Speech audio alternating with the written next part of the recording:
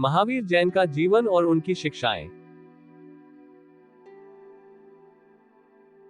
यद्यपि महावीर जैन ऐतिहासिक जैन धर्म के संस्थापक थे, जैन परंपराओं का कहना है कि महावीर के जन्म से पहले उस धर्म के 23 तीर्थंकर या पैगंबर थे। इस प्रकार महावीर को जैनियों का 24वां तीर्थंकर माना जाता है। ऐसा कहा जाता है कि उन पैगंबरों में से पहले ऋषभ थे और महावीर से पहले अंतिम तीर्थंकर पार्श्वनाथ थे। पहले तीर्थंकरों का जीवन इतिहास में अज्ञात है। हालांकि पार्श्वनाथ ऐतिहासिक काल के करीब रहते थे और उनके बारे में कुछ विवरण इतिहास में उपलब्ध हैं।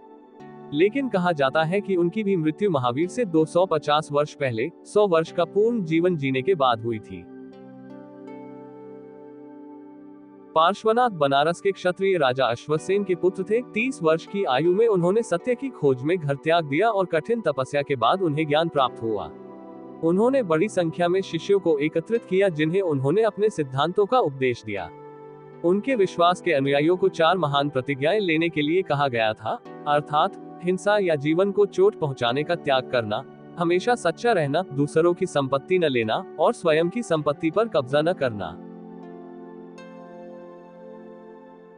उनके उत्तराधिकारी महावीर ने आस्था में 5वां व्रत जोड़ा, अर्थात ब्रह्मचर्य या ब्रह्मचर्य बनाए रखना। पार्श्व सभी पदार्थों की शाश्वतता में विश्वास करते थे। महावीर भी उस पर विश्वास करते थे। इससे कुछ इतिहासकारों का मानना है कि पार्श्वनाथ जैन धर्म के वास्तविक संस्थापक थे। हालांकि महावीर जी ने उस विश्वास को वास्तविक और ऐतिहासिक रूप दिया और इसे एक महान धर्म बनाया। वह अंतिम तीर्थंकर थे। महावीर का मूल नाम वर्धमान था। उनका जन्म प्राचीन शहर वैशाली के पास कुंडग्राम नामक गांव में हुआ था। उनके पिता सिद्धार्थ एक क्षत्रिय वंश के मुखिया थे जो जनत्रिकास के नाम से प्रसिद्ध थे। उनकी मां राजकुमारी त्रिशला थी जो वैशाली के शासक चेतक की बहन थी। उनका संबंध उस समय के कुछ अन्य शाही परिवारों से भी था। इससे पता चलता है कि वर्धमान का जन्म प्रसिद्धि और धन के एक उच्च कुलीन परिवार में हुआ था। वर्धमान महावीर की जन्म तिथि विवादास्पद है। एक गणना के अनुसार उनकी 72 साल की जिंदगी के बाद मृत्यु हो गई। ये प्रसिद्ध जैन भिक्षु हेमचंद द्वारा दर्ज की गई परंपरा पर आधारित है कि महावीर की मृत्यु के 155 साल बाद चंद्रगुप्त मौर्य सिंहासन पर बैठे। लेकिन अन्य ऐतिहासिक घटनाओं से संबंधित होने पर यह गणना कठिनाइयां भी पैदा करती है। इस प्रकार महावीर की तिथियां अभी भी संदिग्ध बनी हुई है। ये जानना पर्याप्त है कि महावीर 6ठी शताब्दी ईसा पूर्व के थे, बुद्ध के समकालीन थे और बौद्ध स्रोतों के अनुसार उनकी मृत्यु बुद्ध से पहले हुई थी। वर्धमान ने अपना जीवन दूसरों की तरह शुरू किया। युवावस्था में उन्होंने योशोदा से विवाह किया। उनके यहाँ एक बेटी का जन्म हुआ, लेकिन सांसारिक आकर्षणों ने उन्हें सांसारिक मानसिकता वाला नहीं बनाया। 30 वर्ष की आयु में अपने माता पिता की मृत्यु के बाद उन्होंने संसार त्याग दिया और भिक्षु बन गए। उन्होंने अत्यधिक तपस्या और भ्रमणशील साधु का जीवन अपनाया। सत्य की खोज में उन्होंने 12 वर्षों तक संघर्ष किया। एक स्थान से दूसरे स्थान पर जाते समय उन्होंने अपने शरीर पर सभी प्रकार के कष्ट सहे। एक जैन ग्रंथ के वर्णन के अनुसार वह नग्न और बेघर होकर घूमता रहा। लोगों ने उस पर प्रहार किया और उसका मजाक उड़ाया। वह बिना किसी चिंता के अपने ध्यान में लगा रहा। लाधा में निवासियों ने उस पर अत्याचार किया और उस पर कुत्ते छोड़ दिए। उन्होंने उसे लाठियों और पैरों से पीटा और उस पर फल, मिट्टी के ढेले और बर्तन फेंके। उन्होंने उसे सभी प्रकार की पीड़ाओं से ध्यान में परेशान किया। लेकिन युद्ध में सबसे आगे रहने वाले एक नायक की तरह महावीर ने ये सब झेला। चाहे वह घायल हो या नहीं, उसने कभी चिकित्सा सहायता नहीं मांगी। उन्होंने किसी प्रकार की दवाइयां नहीं ली। वह कभी नहीं नहाते थे और अपने दांत भी साफ नहीं करते थे। शीतकाल में वे छाया में ध्यान करते थे। गर्मी की तपिश में वह चिलचिलाती धूप में बैठा रहा। अक्सर वह महीनों तक पानी नहीं पीते थे। कभी कभी वह हर 6ठे, 8वें, 10वें या 12वें दिन भोजन को ही लेते थे और बिना किसी लालसा के अपना ध्यान करते थे। वर्धमान का जीवन ऐसा कठिन था जिससे वे गुजरे। अंततः अपनी तपस्या के 13वें वर्ष में उन्हें आत्मज्ञान या सर्वोच्च ज्ञान या केवल ज्ञान प्राप्त हुआ। इसके साथ ही वह जैन या विजेता, महावीर या महान नायक और कैवलिन या सर्वज्ञ बन गए। सर्वोच्च ज्ञान प्राप्त करने के बाद महावीर जी ने 30 वर्षों तक अपने विश्वास का प्रचार किया। उन्होंने दूर दूर तक यात्रा की और मिथिला, श्रावस्ती, चंपा, वैशाली और राजगृह जैसे स्थानों का दौरा किया। राजा और आम लोग उनके सिद्धांतों को भक्तिपूर्वक सुनते थे। शासकों में राजा बिंबिसार और अजातशत्रु ने उन्हें सम्मान दिया। जैन स्रोतों से यह ज्ञात होता है कि वह कलिंग तक आए और कुमारी पहाड़ी भुवनेश्वर के पास उदयगिरी पहाड़ी से उड़ीसा के लोगों को अपने सिद्धांतों का प्रचार किया। हर जगह आम जनता के साथ साथ राजा भी उनकी बात सुनते थे। उन्हें एक महान भविष्यवक्ता के रूप में सम्मानित किया गया था। अथक रूप से घूमते और अपने सुसमाचार का प्रचार करते हुए महावीर जैन की 72 वर्ष की आयु में राजगृह शहर के पास पावा नामक स्थान पर मृत्यु हो गई। उनका उल्लेखनीय जीवन तपस्या, पवित्रता और नैतिकता का उदाहरण था। आध्यात्मिक भूख से भरे भारत में महावीर ने लोगों के मन को उच्च धार्मिक स्तर पर जागृत करने के लिए महान सिद्धांत प्रस्तुत किए। महावीर से पहले उपदेश देने वाले पार्श्वनाथ ने शुद्ध जीवन के लिए 4 सिद्धांत दिए थे। वे थे अहिंसा, सत्य, चोरी न करना और अपरिग्रह। महावीर जैन ने ब्रह्मचर्य नामक एक और सिद्धांत जोड़ा। उनके अनुसार जीवन को पूर्णता की ओर ले जाने और अस्तित्व की धारा को पार करने के लिए ये 5 गुण आवश्यक थे। महावीर ने सांसारिक वस्तुओं के प्रति सभी मोह त्याग दिए, यहाँ तक कि उन्होंने कपड़े पहनना भी छोड़ दिया। महावीर ने मनुष्य के वास्तव में अच्छे जीवन पर सबसे अधिक जोर दिया। उनके अनुसार अच्छे जीवन के लिए 3 पूर्ण शर्तें थी: सही विश्वास, सही ज्ञान और सही कार्रवाई। जीवन के इन सिद्धांतों को त्रिरत्न या 3 रत्नों के रूप में वर्णित किया गया था। ऐसे अच्छे जीवन के लिए मनुष्य को अपनी आत्मा की खोज करनी थी, जो सर्वोच्च, श्रेष्ठ और सभी शक्तियों की पूर्ण अभिव्यक्ति थी। लेकिन ये बात मनुष्य की आत्मा में छिपी रही। उस शक्ति की खोज ही जीवन का वास्तविक उद्देश्य था। आत्मा को जानने के लिए ईश्वर या देवताओं की पूजा, मंत्रों या प्रार्थनाओं का उपयोग, जानवरों की बलि या कई अनुष्ठानों का प्रदर्शन अनावश्यक था। सदाचारी जीवन और नैतिक आचरण से ही मनुष्य अपनी आत्मा के उद्देश्य की पूर्ति कर सकता है। आत्मा की शुद्धि जीवन का सर्वोच्च लक्ष्य था। महावीर ने ईश्वर को अपनी धार्मिक आस्था में नहीं लाया।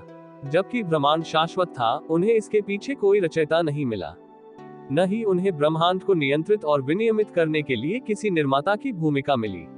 उनके अनुसार शक्ति की सभी अभिव्यक्तियां सृष्टि में ही निहित है। बाद के जैनों का मानना था कि ईश्वर सिर्फ एक आध्यात्मिक आदर्श हो सकता है जिसे मनुष्य अपनी शुद्ध आत्मा में पा सकता है। जब महावीर ने ईश्वर को कोई महत्व नहीं दिया तो उनके धर्म में ईश्वर और मनुष्य के बीच पुरोहितों के लिए कोई स्थान नहीं रखा गया।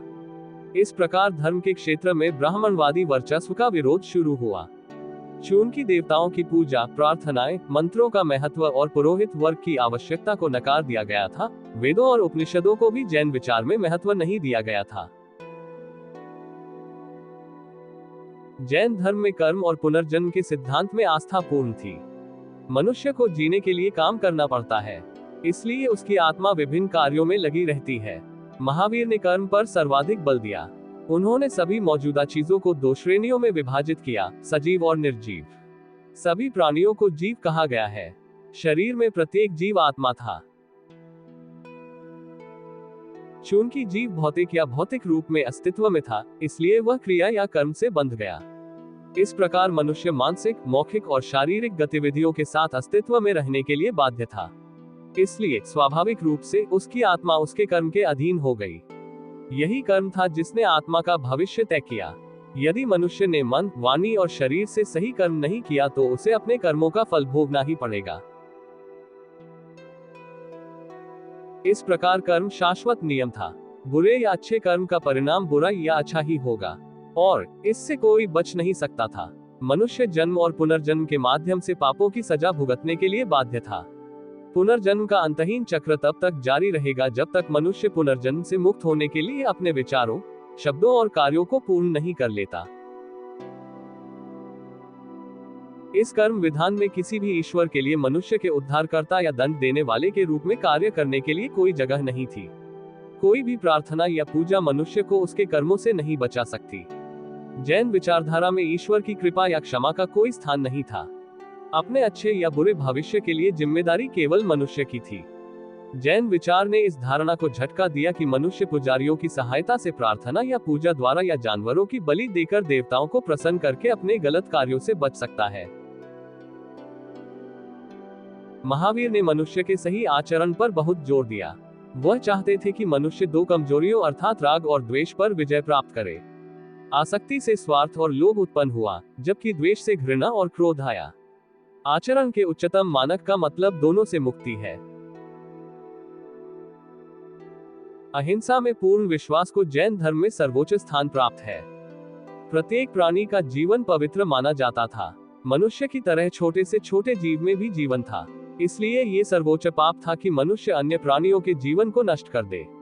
जिस प्रकार मनुष्य स्वयं घायल या मारा जाना नहीं चाहता, उसी प्रकार कोई भी प्राणी घायल या मारा जाना नहीं चाहेगा।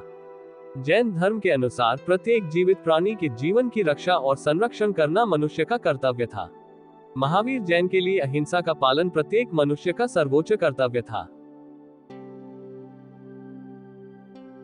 जैन धर्म ने अहिंसा को चरम सीमा तक पहुंचाया। जैन लोग शाम के बाद इस भय से भोजन नहीं पकाते थे कि कहीं छोटे से छोटे कीड़े भी आग में न गिर जाएं। किसी अन्य धर्म ने जीवित प्राणियों को इतना सम्मान नहीं दिया जितना जैन धर्म ने दिया। सभी प्रकार के जीवन के प्रति दया जैन धर्म की प्रमुख विशेषता थी। महावीर ने मानव व्यवहार में अहिंसा को सर्वोच्च स्थान दिया। चूंकि प्रत्येक जीवित प्राणी खुश रहना चाहता था और कोई भी जीवित प्राणी मारा या घायल नहीं होना चाहता था, जीवन का सर्वोच्च उद्देश्य दूसरों के जीवन का सम्मान करना होना चाहिए, चाहे वह प्राणी कितना भी छोटा या महत्वहीन क्यों न हो। जैन धर्म एक नए धर्म के रूप में उभरा। साथ साथ इसने ब्राह्मणवादी आस्था की कई मौजूदा बुराइयों को चुनौती दी। महावीर जैन प्राचीन भारत के महानतम सुधारकों में से एक थे। उन्होंने अपने समय की कई सामाजिक और धार्मिक व्यवस्थाओं के खिलाफ आवाज उठाए। ऐसे युग में जब धर्म का अर्थ मुख्य रूप से कई देवताओं की पूजा, अर्थहीन समारोहों का अभ्यास और जानवरों का बलिदान था, जैन ने मनुष्य का ध्यान उच्च आध्यात्मिक लक्ष्यों की ओर आकर्षित किया। उनके अनुसार जीवन के पाप पूजा या प्रार्थना से नहीं धुलते। सदाचार से मनुष्य पापों से बच सकता है। पूजा और प्रार्थनाओं का खंडन करके जैन ने पुरोहित वर्ग के वर्चस्व को झटका दिया। जैन वेदों में विश्वास नहीं करते थे। उन्होंने अंधविश्वासों और अंधविश्वासों की निंदा की। अहिंसा के मूल्य का प्रचार करते हुए उन्होंने पशु बलि की प्रथा की निंदा की। जैन धर्म मानव समानता में विश्वास करता था। इस प्रकार जैनियों ने जाति व्यवस्था की आलोचना की। जैन धर्म के उदय और प्रसार के परिणामस्वरूप लोगों में एक नई सामाजिक धार्मिक चेतना पैदा हुई। भारतीय समाज एवं संस्कृति पर इसका प्रभाव गहरा एवं व्यापक हुआ। जैन ने अपरिग्रह के गुण पर बहुत जोर दिया। इसका अर्थ है मनुष्य की अधिग्रहण की प्रवृत्ति पर कठोर नियंत्रण। मनुष्य की यौन सुख और धन संचय की इच्छा जीवन के एक अंतहीन खेल की तरह है। अपरिग्रह के आदर्श का उद्देश्य व्यक्तिगत जुनून और इच्छाओं को समाप्त करना था। जो बात किसी व्यक्ति के बारे में सच थी, वही समाज या समूह या नस्ल के बारे में भी सच थी। कब्जा और संपत्ति छोड़ना उच्चतम स्तर का आध्यात्मिक अभ्यास था। परोक्ष रूप से यह मानव समानता के एक प्रबुद्ध समाज का भी नेतृत्व कर सकता है। महावीर जैन ने अपने शिष्यों से सर्वोच्च सत्य को महसूस करने का प्रयास करने को कहा। उस प्राप्ति के लिए उन्होंने जो उपाय बताए वे बहुत कठिन थे। तपस्या, नैतिकता, पवित्रता और सदाचार का जीवन जीने के अलावा उन्हें किसी भी प्राणी या किसी भी चीज को न रखने, न अर्जित करने, न इच्छा करने और न ही चोट पहुंचाने या नुकसान पहुंचाने के लिए कहा गया था। साथ ही उन्होंने अपने शरीर को उसकी शून्यता का एहसास करने के लिए कष्ट देना और इस भौतिक रूप के प्रति आत्मा के प्रति कोई लगाव न दिखाना सिखाया। यहाँ तक कि भूख से स्वैच्छिक मृत्यु भी निर्धारित की गई थी। ब्रह्मचर्य के जीवन की सिफारिश की गई और शिष्यों को कपड़े छोड़ने और नग्न रहने के लिए कहा गया। इस तरह की अत्यधिक पीड़ा का उद्देश्य सर्वोच्च ज्ञान या कैवलिन के लिए तैयारी करना था और इस तरह जन्म और पुनर्जन्म के दर्दनाक चक्र से बचना था। कर्म के फल से बचने के लिए कर्म का नाश आवश्यक था। महावीर जैन की शिक्षाओं ने समकालीन मनुष्यों के मन पर बहुत प्रभाव डाला। एक धर्म के रूप में जैन धर्म सबसे पहले कोसल, मगध, अंग और विदेह में फैलना शुरू हुआ। धीरे धीरे ये पश्चिमी भारत, राजस्थान और दक्षिण भारत के कुछ हिस्सों में फैल गया। अजातशत्रु जैसे राजाओं ने उस नए धर्म का समर्थन किया। लिच्छवी लोगों ने बड़ी श्रद्धा से इस विश्वास को स्वीकार किया। बाद में जैन धर्म को कलिंग के सम्राट खारवेल जैसे शक्तिशाली शाही संरक्षक मिले। महावीर की शिक्षाओं को सबसे पहले पूर्व नामक पवित्र ग्रंथों के रूप में संरक्षित किया गया था। कुछ समय बाद उन ग्रंथों को 12 अंगों के आकार में संकलित किया गया। अपने कठोर नियमों के कारण जैन धर्म जन जन का धर्म नहीं बन सका। कालांतर में इसके अनुयायी भी 2 शाखाओं में विभाजित हो गए। जिन लोगों ने महावीर के सिद्धांतों का निष्ठापूर्वक पालन किया और कपड़े पहनना छोड़ दिया, वे दिगंबर के रूप में प्रसिद्ध हुए। वस्त्र धारण करने वालों को श्वेतांबर कहा जाने लगा।